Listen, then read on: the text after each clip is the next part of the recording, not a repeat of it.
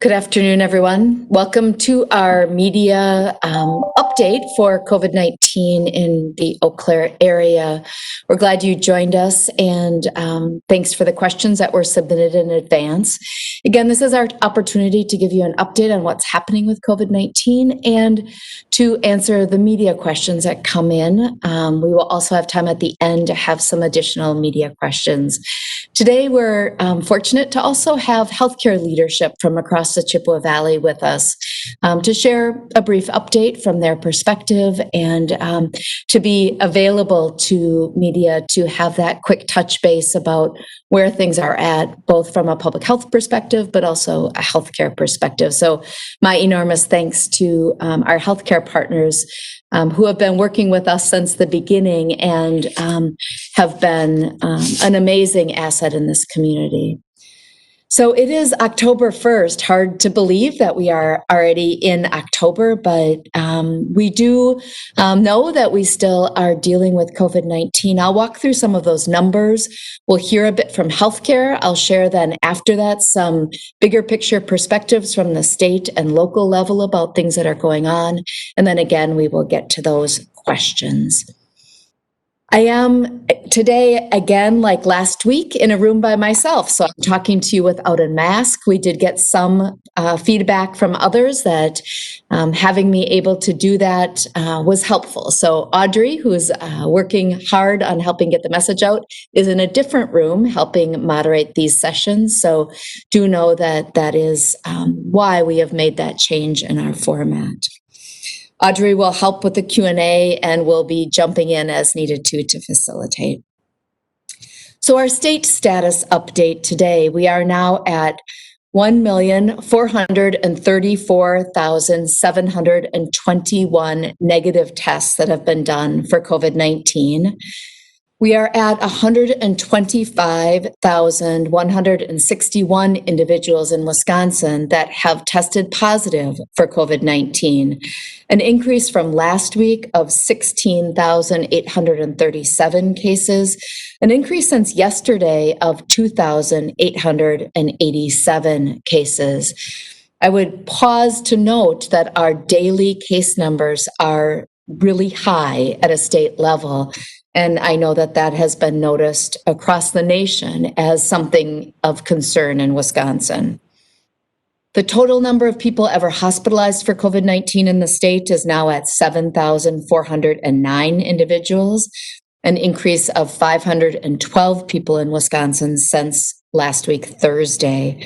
And we've had 1,348 Wisconsinites that have died from COVID-19, an increase of 83 people since last week. Our numbers continue at a state level to be concerning. It has been raised up as a state that is rapidly increasing in COVID-19 cases. Today, we've seen the single highest number of new cases for our state. Yesterday was the highest death count. Governor Evers has been on the media a few times this week talking about the concerns and really saying with 9 months into the pandemic, as Governor Evers stated, we're not seeing a decline in cases. Our cases are continuing to rise, and we're challenged with that. We also know that we're entering respiratory virus season. So respiratory diseases of our lungs are typically most dramatic in the wintertime. People that are hospitalized with things like influenza and other respiratory diseases, typically that happens in the winter. And we are seeing this at a time in early fall when that is not a typical occurrence. New cases across the state, as well as in Eau Claire, are not just in the young adult age group, like we saw a few weeks ago. That spread has now happened across all age groups. We are also seeing an increase in hospitalization. We'll hear from our healthcare partners a bit more about that, but our region of the state is starting to see increases of hospitalization, but other parts of the state are certainly seeing that in a much more dramatic way. Hospitalization is a lagging data indicator. It is something that comes really when prevention and early intervention is not working anymore. We don't want to see hospitalization rates rise. At a state level, the 7-day positivity rate, again, the percent of people positive with a positive test, one person tested multiple times is counted as one negative and one positive in this rate, is at 17.4%. That state positivity rate, we now have an additional positivity rate listed, which is 9.3%, which is of all the tests that are done, all negative tests as the denominator, how many are positive? That positivity rate is at 9.3%. That positivity rate is the one that we are using and increasingly using as our measure for where we are going with disease counts. In Eau Claire, we are now at 22,604 people that have been tested negative for COVID-19, an increase of over 1,000 people since last week. We are still working through getting those negative tests landed in our Eau Claire County data, and that's something that the state is working on as well. Our positive cases, those people that have tested positive for COVID-19, are now at 2,016, an increase of 282 individuals since last week, Thursday. We are averaging about 40 cases a day now, certainly well over our goal of about 10 cases a day in this community. Our positivity rate for Eau Claire is at 11.4%, again, remaining above 10%, which is certainly concerning. Since the pandemic started, about 52% of all cases are in that 18 to 24-year-old age group in Eau Claire.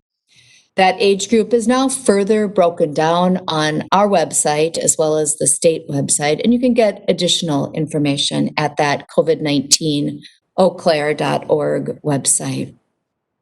Since September 1st, so 9/1, we've been tracking how many of our cases locally have been connected to UW Eau Claire because of that large number of that age group that has been COVID positive in our community and across the state and nation. 34% of the cases since September 1st were affiliated with UW Eau Claire, a decreasing percent since we last reported that last week. Last week, our total cases, our UW Eau Claire cases compared to our total cases was at 42%. So fewer of our Eau Claire County cases are UW Eau Claire affiliated.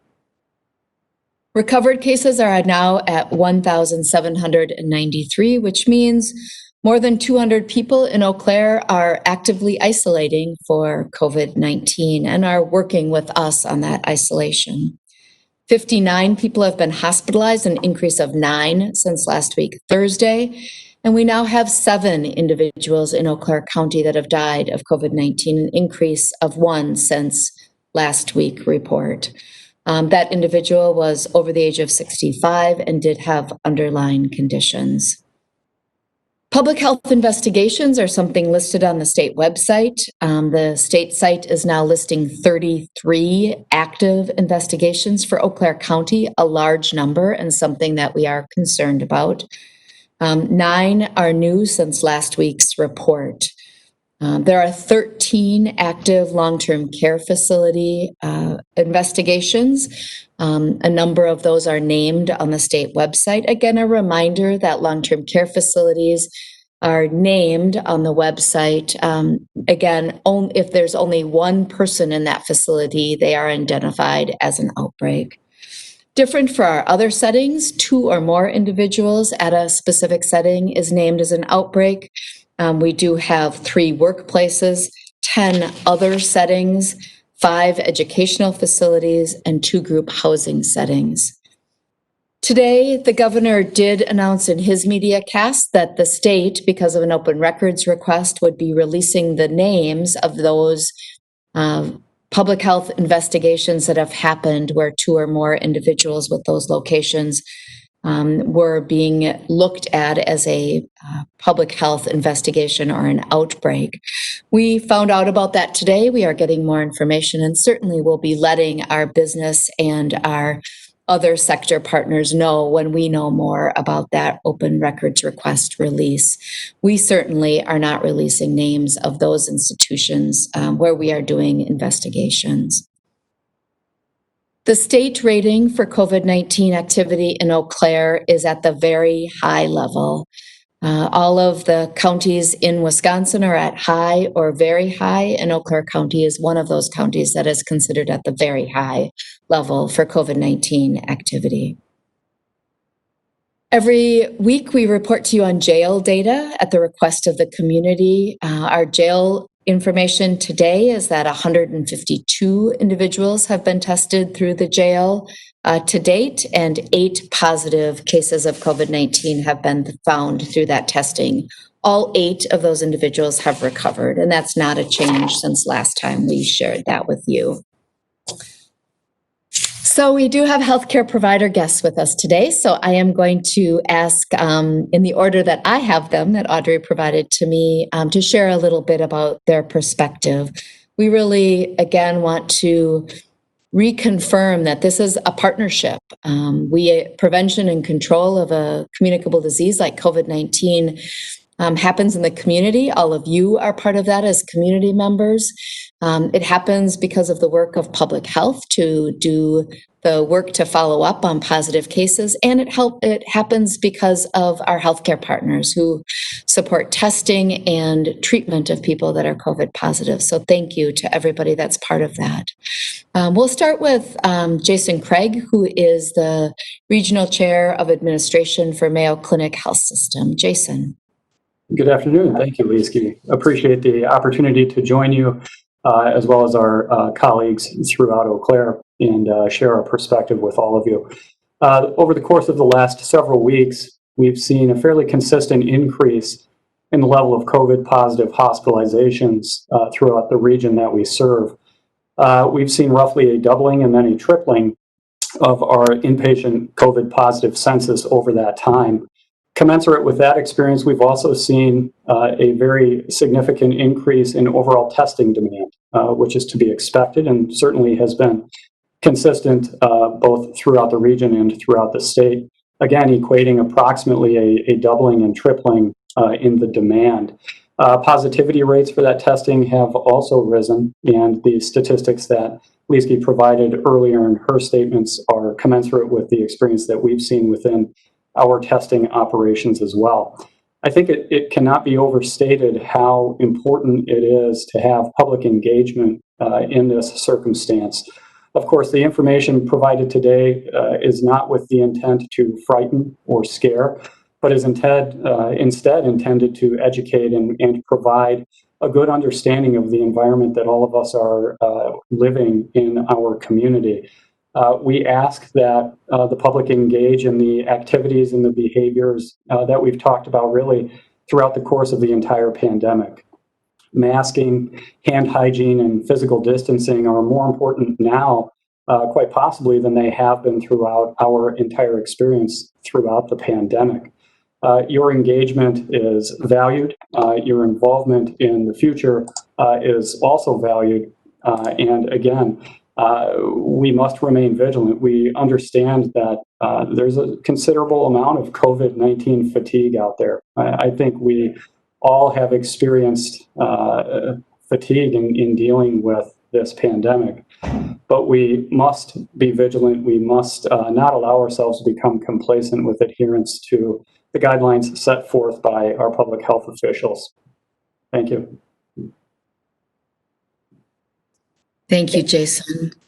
Next, we'll have Dr. Ken Johnson, who is representing both Prevea and HSHS Sacred Heart and St. Joseph's Hospitals.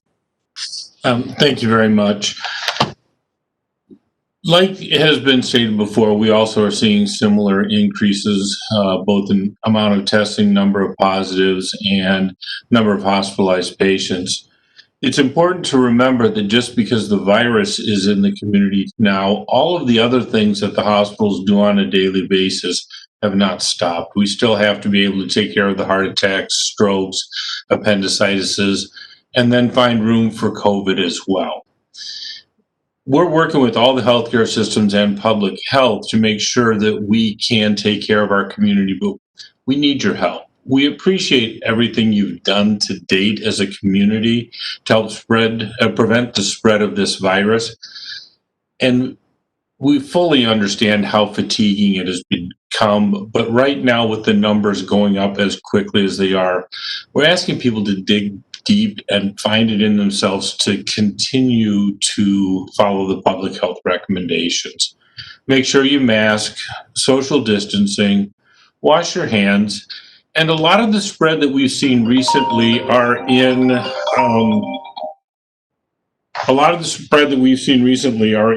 groups, settings of more than 10. So very important that you limit the size of your social circles or the size of groups that you're in. Everybody wants to enjoy a Wisconsin summer. So do I. The days are dwindling fast. I know it's a big ask, but help us prevent the spread of this virus and make sure we can take care of you. Thank you. Thank you, Dr. Johnson. Next, we have Bill Priest, who's the Chief Administrative Officer from Marshfield Clinic Health System. Bill. Thank you. I agree with my colleagues that now's not the time for us to become complacent. To really meet the challenge, we need to work together as a community and take the steps that we need to do to reduce the spread and the impact of the virus. And as was mentioned earlier, we need to follow appropriate health policy guidelines, health agency guidelines, wearing our face mask, practicing social distancing, using proper hand hygiene, and avoiding high-risk situations and environments. All that to help for the greater good to keep our communities healthy. So agree with my colleagues on that. Like my colleagues at Marshfield Clinic, we have plans in place to handle the COVID surge. We certainly do have some COVID patients and continue to manage that. We see an increase in the number of testings that's being done on a regular basis and continue to see that increase. And but the challenge is, again, how do we manage that as we also take care of the patients that we have on a regular basis, as was mentioned by Dr. Johnson. So I think all those elements are in place. The other part that I would just add for our group today is that we are coming into the time of season where the cold and flu season is arriving. So the combination of COVID with cold and flu, I think we do need to take into account and be extra vigilant with things, because it's important to get the flu shot, important to practice some of those same issues that I mentioned earlier around social distancing and hand hygiene and whatnot. Helps with cold and flu, also will help with COVID. So again, those are the messages that I think we want to convey to the community today. Thank you. Thank you, Bill, and thanks to all of our healthcare partners. We have a unique environment in the Eau Claire, Chippewa Valley area that our healthcare partners are very strong in this community. They are employers of great importance in this community, and they are amazing partners. The working together here is, I think, unprecedented across the state and nation, that we have partners that come to the table and really see that we need to work together to have a safe and healthy community, certainly during times of COVID-19, but really all throughout the year, I see that. So thank you. I also got my flu shot today. So I would echo what Bill said, is all of you should get your flu shot. My arm is a tiny bit sore today, but it was a critically important thing that we all need to make sure that we have happen. Got mine yesterday. There you go. So it's good. I'm going to share a couple of additional updates, and then we'll answer some questions and that were sent in advance, and then any other additional questions. There was new data released on the state website yesterday. So some of you may have seen the announcements that came from the state health department, as well as across all of the networks of systems out there. The new platform does provide some additional local data in a visually different way. So we encourage people to go to the state COVID website to look at that data. That visualization gives people ability to look at local county data as well as regional and state data. There is the new positivity rate, which I mentioned earlier. Again, one based on counting people.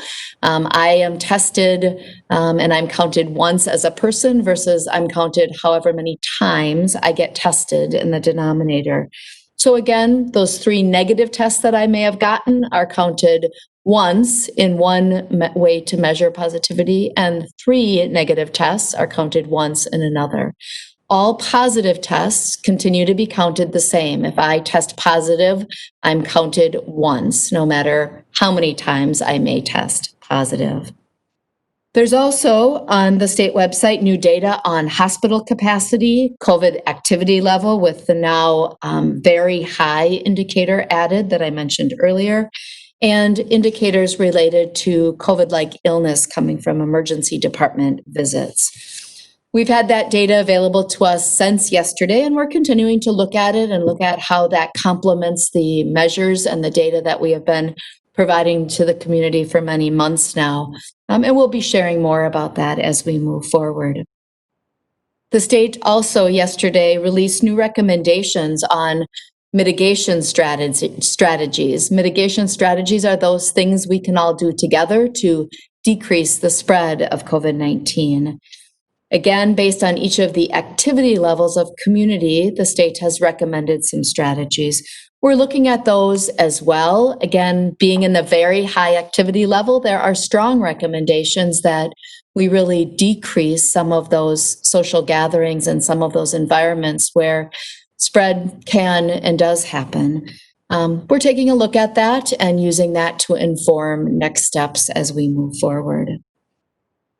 Our local measures have been updated on our website. Again, COVID-19 Eau Claire is our website. We encourage you to go there and look at that dashboard of data that we provide weekly. Our 14-day case count is now at 664. It's the second highest caseload count that we've had for that period. The first highest was 666. So that was last week, and we are continuing to see high case numbers. We've worked hard with the language of trying to flatten the curve to keep the number of cases per day and per week low.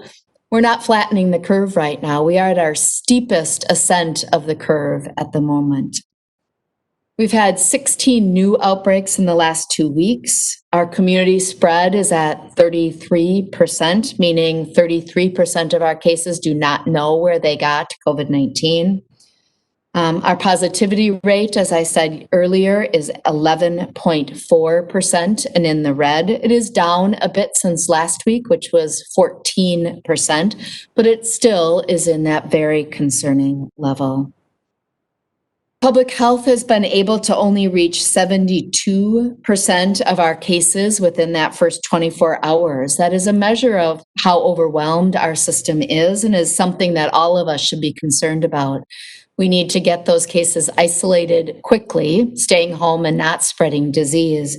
We need people to answer the phone right away when they get a call from public health so that we can all be sure that those people that are COVID positive know they're COVID positive and are staying home and not spreading the disease to other people.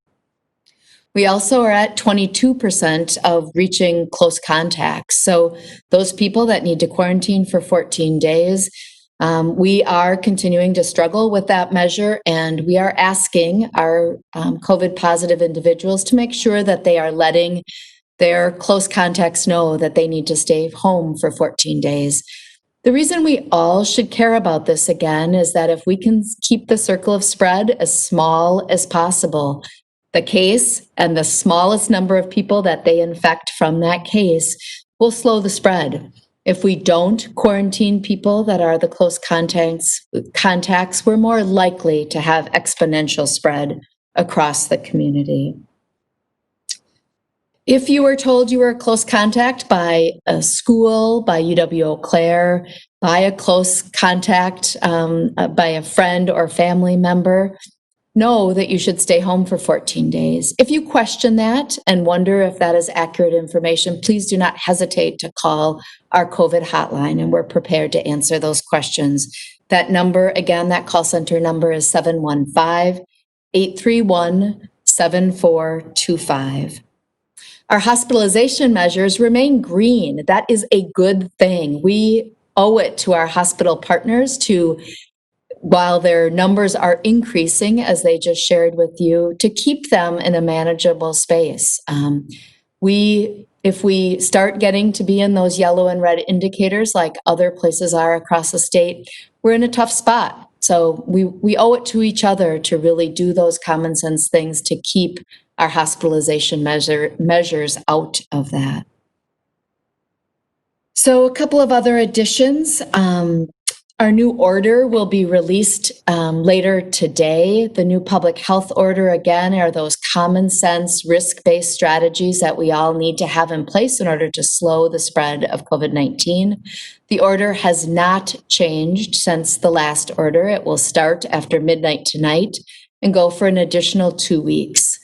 The only change that was made was a strong recommendation to keep group sizes, both public and private, under 10.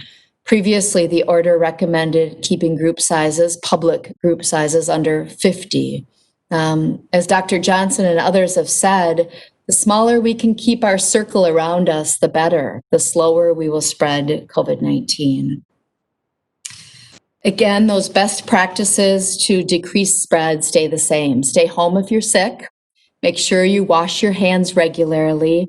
Stay 6 feet apart from people. That is how disease is most likely spread. Wear a cloth face covering in all settings where you are in closer contact with people. It is a proven way to slow the spread of COVID-19. And again, really watch what you are doing so that you are supporting one another in staying safe and healthy. There are significant efforts also happening across the community related to testing. So you will see this on our social media pages and announced by many partners. Healthcare has been an amazing partner for testing in the Eau Claire area, and we continue to count on healthcare to do that. Testing symptomatic individuals is part of the work that they do. COVID-19 is stressing all systems, though. So across the state health department has committed National Guard resources to work with communities to have community testing sites in addition to healthcare testing sites. Starting this week, we will have a 3-day-a-week community site staffed by the Wisconsin National Guard that will be located on the corner of Highway 312 and Highway 94. That National Guard site, the exact address is located in materials that you can find easily on our website, but it's 6697 US Highway 12 in Eau Claire. Friday, Saturday, and Monday, we will be in those locations with the Wisconsin National Guard to do testing. Again, it's a free test. We ask people to sign up in advance. There's information on our website about that. And we want people to know that if you need a test, we want you to get a test. We don't want anything to delay that. The quicker we know about people that are COVID positive, the less likely we'll have spread of disease that results in people being out of work, out of school, and separated from the things that they really want to do. It's in all of our best interest to know if we are COVID positive. We also did a testing event in Augusta this week in the eastern part of our county. That was related to an outbreak that we were having there, but we did test 75 individuals in the Augusta area. And when we have circumstances where we know that some increased testing is needed because of increased number of cases, we likely will be doing testing events with the National Guard in those circumstances as well. That Augusta site was also a Wisconsin National Guard supported site, and we are very appreciative of that resource being available in our community. And I think with that, I will pause and say that we'll go to questions. Following questions, Audrey can help facilitate if we have additional questions that come through the chat box or people would like to unmute and ask questions. But I'll start with the ones that were sent to us in advance. First of all, what reservations do we have about homecoming weekend happening this weekend with UW-Eau Claire? I will tell you that our partnership with UW-Eau Claire is very strong. UW-Eau Claire and the health department are in regular communication, and we are working together both on testing and following up of cases, but also on things like messaging. UW-Eau Claire has been working all week on remote homecoming activities, and you can certainly look on their website and find many of the homecoming activities that they are supporting and promoting. And we are also working on messaging out to students about keeping their circles small, making sure they're staying home when they're sick, and all of those other common sense measures that really need to be in place to slow the spread of disease. An additional question about UW-Eau Claire did come into us, and I will share that we do track UW-Eau Claire cases, as we've said earlier. 392 out of the 1,138 cases since September 1st are UW-Eau Claire connected. Most of those are off-campus students, but that number does include on-campus students as well as faculty and staff.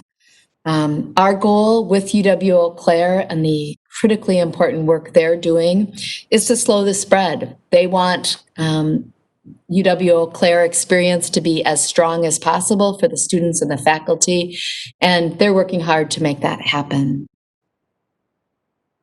The university also has said that they're moving events virtual for homecoming, I assume this question means, but what about bars? Are we intervening with bars this weekend is the question that was presented to us. Again, we're working closely with all businesses to make sure that their practices are in alignment with the order, which is the 6 feet distance, the common sense practices.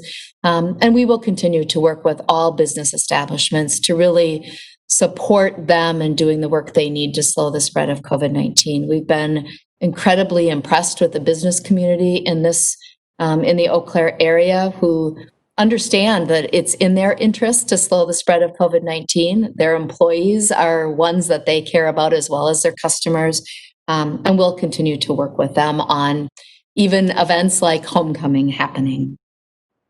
An additional question was asked about hospitalizations in the Chippewa Valley. Healthcare Partners did speak to this earlier in the media event today, but the question really asks if the trend continues where cases are rising and an increasing number of people are hospitalized. Will there be a point where hospitals are overwhelmed?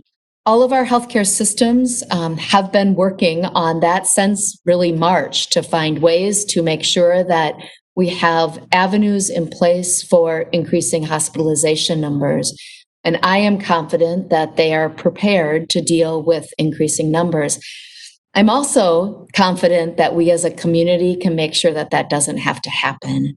We have done this before. We've slowed the spread of disease, flattened the curve before as a community, and we can do it again. We can make sure that we keep our circles small, slow the exposure when we have positive cases, quickly test and identify those cases that are positive and have people stay home when they're sick. We can do that so that we don't have an overwhelmed healthcare system. We owe it to that system to do that. And then finally, what should the community do regarding COVID-19 prevention if overwhelmed hospital systems are a possibility? Again, we all do play a role. Public health plays a role, healthcare plays a role, and all of our community partners play a role. The same basic strategies are what we are asking people to do. We know if we have friends and relatives across on the eastern side of the state or the southeastern side of the state, they're in a critical spot. They don't want to be there, and we don't either. We know it happens quickly. So take this seriously. It's not to be alarmist, but it's to pause and pay attention to the fact that we have a role to play. We can slow the spread. So I will ask now, Audrey, if there are any questions that have come through in the chat box. Liz, can I make one comment about the hospitals being overwhelmed? I do think it's important that the public knows that we have been planning to manage volumes. It is important that if you have a non-COVID symptom that's worrying, like chest pain, shortness of breath, abdominal pain, we're open. We can take care of you. Don't stay home and avoid the hospital. Thank you for saying that. It is critically important that our community understands that the normal operations are happening at all of our healthcare institutions, and we need people to not delay that care. COVID-19 is important, but all of the rest of our health is also critically important. Thanks for that comment, Dr. Johnson. We don't have any questions in the chat box right now. So if there's anyone from the media who is online and that would like to ask a question, feel free to unmute and go ahead right now.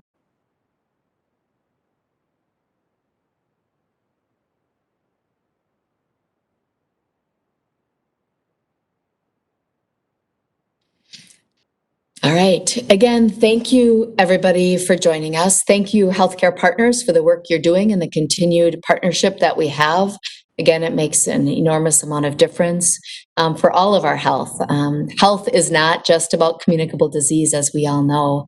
All the measures that every one of us takes every day to do those things that keep us strong and healthy make a difference.